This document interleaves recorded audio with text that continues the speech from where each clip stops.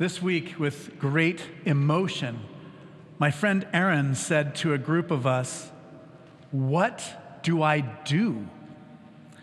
And I take this to mean, in the midst of unprecedented political turmoil, for instance, when ASAID has ceased to exist, how do we respond to the fear that is surrounding us? The mother of my friend Margaret Miles used to tell her that it was important to have a spiritual life so that she would not just be at the mercy of whatever happened, but live in a way that is examined, cultivated, intentional. Faith, it's how we shape our inner landscape and direct our actions, especially in the face of fear. 2 weeks before Adolf Hitler became Chancellor of Germany, the pastor and theologian Dietrich Bonhoeffer preached at a Vesper service in Berlin. The power of extremist groups was increasing. Ordinary people were in danger from thugs fighting in the streets. Their government and the whole world was being shattered. And I'm going to have a lengthy quote from what Bonhoeffer preached. "The overcoming of fear, that is what we are proclaiming here. The Bible, the gospel, Christ, the church, the faith are all one great battle cry against fear in the lives of human beings. Fear is the arch enemy itself. It crouches in people's hearts. It hollows out their insides until their resistance and strength are spent and they suddenly break down. Fear secretly gnaws and eats away at all the ties that bind a person to God and to others. And when, in a time of need, that person reaches for those ties and clings to them, they break, and the individual sinks back into himself or herself, helpless and despairing, while hell rejoices." Bonhoeffer goes on. He says, he personifies fears. So fear says, "Here we are, all by ourselves, you and I. Now I'm showing my true face. And anyone who has seen naked fear revealed, who has been its victim in terrifying loneliness, fear of an important decision, fear of a heavy stroke of fate, fear of losing one's job or an illness, fear of disgrace, fear of another person, fear of dying, that person knows that fear is one of the faces of evil itself. Nothing can make a human being so conscious of the reality of powers opposed to God in our lives as this loneliness, this helplessness, this fog spreading over everything, this sense that there is no way out. Today, let us consider what fear means for an examined life. First, from the Gospel of Luke, and then from the social scientist Brené Brown. Now, in the Gospel of Luke, Jesus has been preaching in the synagogue, and he has been healing people, including he was at Simon Peter's house when he healed Simon Peter's mother-in-law. So it's not like they just meet there at the beach. They already are acquainted. And Jesus is so attractive to people that they're all crowding near him. He goes away to be by himself to pray, but no matter where he goes, people find him. And they're crowding him so much that they're crowding him to the very edge of the lake. And he gets into Simon Peter's boat, and Peter sets off a little from shore, and he preaches from that boat until he's done. And then after that, Jesus says to Peter, he says, "Put out into the depths and let down your nets for a catch." Now, Peter responds, he says, boss is really the word that he used, not master. Boss, it's more like real. He said, and he doesn't say we worked. He said we toiled. The Greek word is kopaiao, and it means the like hard work, that's miserable kind of work. He said we toiled all night and we caught nothing. But then Jesus said, let's go out. And they go out and they let down the nets, and the nets are filled to breaking. Now, Peter is not just amazed, as it says in English. The Greek word thambos also can mean fear.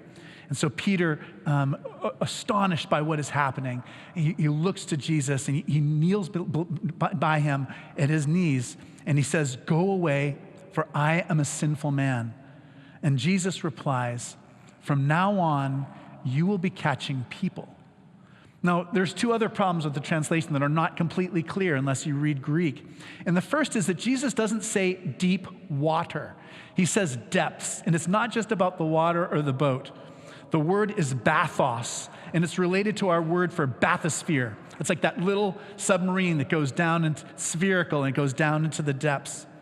That's what this is about, the depths of your spiritual life. William James, a prominent philosopher in America, wrote the book, The Varieties of Religious Experience, to describe religious experience that people had. And in it, he has an account of one woman who was on the verge of a nervous breakdown. She even said that she was on the very verge of insanity. And this is what she said saved her in her own words. It was learning the fact that we must be in absolute constant relation or mental touch with that essence of life which permeates all and which we call God.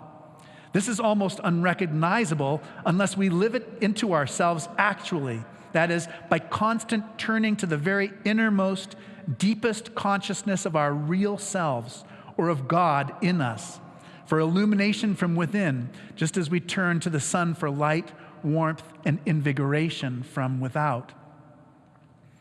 At the very center of our being, we meet God. But we will never have this experience if we are not people of depth, prayer, and reflection. So my second quick problem with the translation is the word zogreo. This is not just about catching people. It has very much deeper connotations than that. It means to bring back someone alive. Like, you know, the old wanted posters, wanted, dead or alive. That's the kind of bringing back alive that zogreo refers to. It's related to our word zoe, life, like zoology is the study of life. So it's about life and bringing life. And it's a subtle point, because Peter recoils with a visceral sense of shame and inadequacy, and Jesus doesn't do what you might expect. Jesus does not punish him. Jesus did not forgive him. Instead, Jesus shows him his real purpose in life.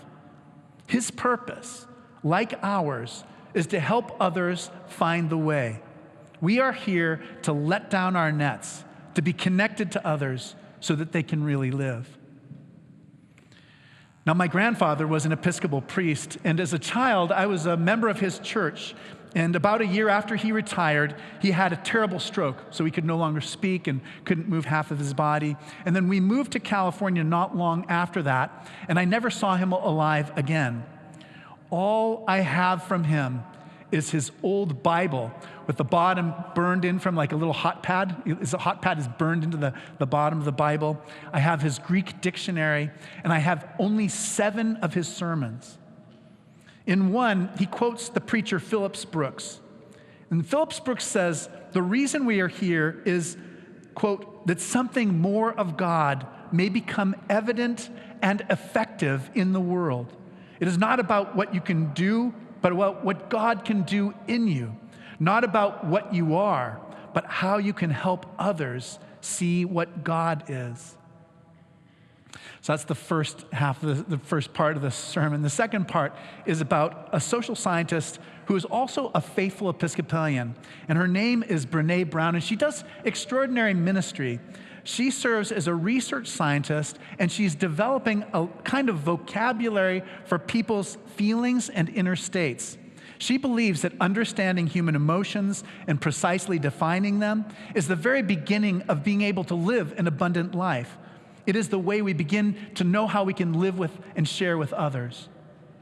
Brown writes that many researchers have compiled lists of fears. These range from rodents and snakes to the inability to perceive our surroundings, to observing our own children in danger.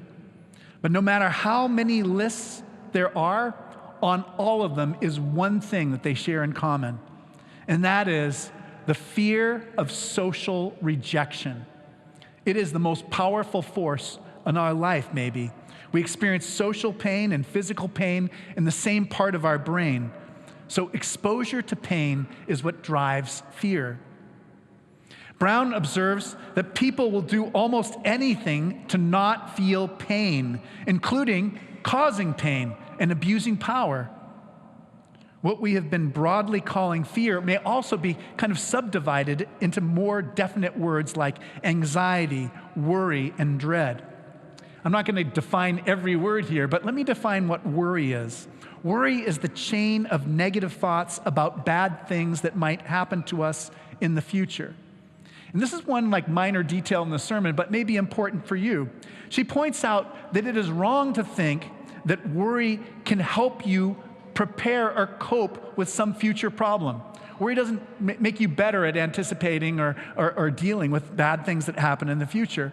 And she also believes that worry is not something that we have no control over, right? So we do have some control over what our worries are like. But she also believes that we shouldn't suppress it entirely. Now, spiritually disconnected, that's the expression Brown uses that describes so much of what we've been seeing lately. This is what happens when people are bonded together by shared fears and disdain for others. It is the us versus them kind of culture. And in contrast, being spiritually connected means respecting our common humanity.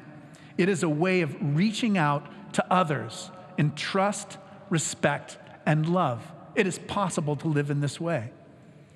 Now, as social beings, fear of social rejection will always be part of our struggle. But at the same time, we need to learn a kind of vulnerability. And this is where I see Jesus in Brené Brown's thought. Vulnerability is the emotion we experience during times of uncertainty, risk, and exposure. And this is really her own words. I'm going to read this next part. She writes, "In a world where perfectionism, pleasing, and proving are used as armor to protect our ego and feelings, it takes a lot of courage to show up and be all in when we can't control the outcome. It also takes discipline and self-awareness to know what to share and with whom. Vulnerability is not oversharing. It's sharing with people who have earned the right to hear our stories. So that kind of courage, real leadership, begins in a sense of vulnerability and letting our ego go. Vulnerability forms the basis for the kind of courage expressed by Elie Wiesel's admonition, never allow anyone to be humiliated in your presence. In one of Dietrich Bonhoeffer's last letters before being executed by the Nazis, he writes, I have come to know and understand more and more the this-worldliness of Christianity. I remember a conversation I had 13 years ago with a young French pastor in America. We had simply asked ourselves what we really wanted to do with our lives. And he said, I want to be a saint. And I said something like, I want to learn to have faith. Bonhoeffer goes on, one only learns to have faith by living completely in this world. One must renounce any attempt to make something of oneself, whether it be a saint or a converted sinner. Then one throws oneself completely into the arms of God. And this is what I call this worldliness, living fully in the midst of life's tasks, questions, successes and failures, experiences and perplexities. Then one takes seriously no longer one's own sufferings, but rather the suffering of God in the world. Then one stays awake with Christ in Gethsemane. And I think this is faith. This is metanoia. This is repentance. And this is how one becomes a human being, a Christian. How should one become arrogant over successes or shaken by one's failures when one shares in God's suffering in the life of this world? You understand what I mean, even when I put it so briefly. I am grateful that I have been allowed this insight, and I know that it is only on the path that I have finally taken that I was able to learn this. So I am thinking gratefully and with peace of mind about past as well as present things. May God lead us kindly through these times. But above all, may God lead us to himself. Yours, Dietrich.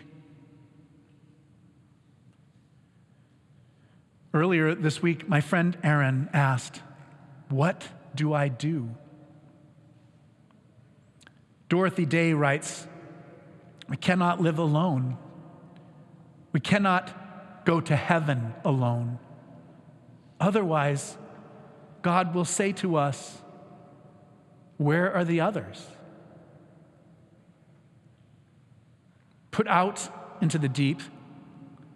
Be a person of thought and prayer in absolutely constant relation to God. Let down your nets, always seeking connection to others, even when it requires vulnerability. Do not be afraid. The overcoming of fear, that is what we are proclaiming here.